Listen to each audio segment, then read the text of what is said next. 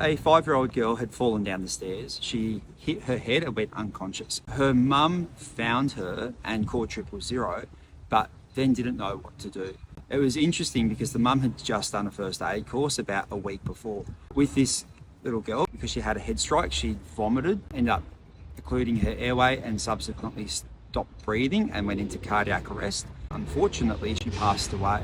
At that incident, when we realised there's nothing that we can do for the patient, we turned our attention to the parents, and I had the job of dealing with mum.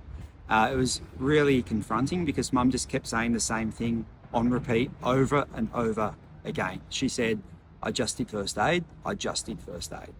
So I found out which first aid course she did, and I ended up going and doing that first aid course. I didn't tell them that I was a paramedic. I told them I was a barista. I went just to see what was being taught. Having a patient who's unconscious straight away gets rolled onto their side if they're breathing so that they don't occlude their airway. So at the course, I realised that in Australia, to teach first aid, you need a Cert 4 in training assessment, and you need a first aid certificate and some real world experience, but not a whole heap of real world experience.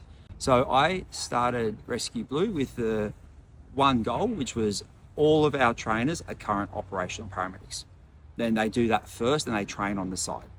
People who every single day respond to real emergencies, go to real jobs, treat real patients, and they're up to date with all the changes. They're up to date with the nuances of what's happening in the industry.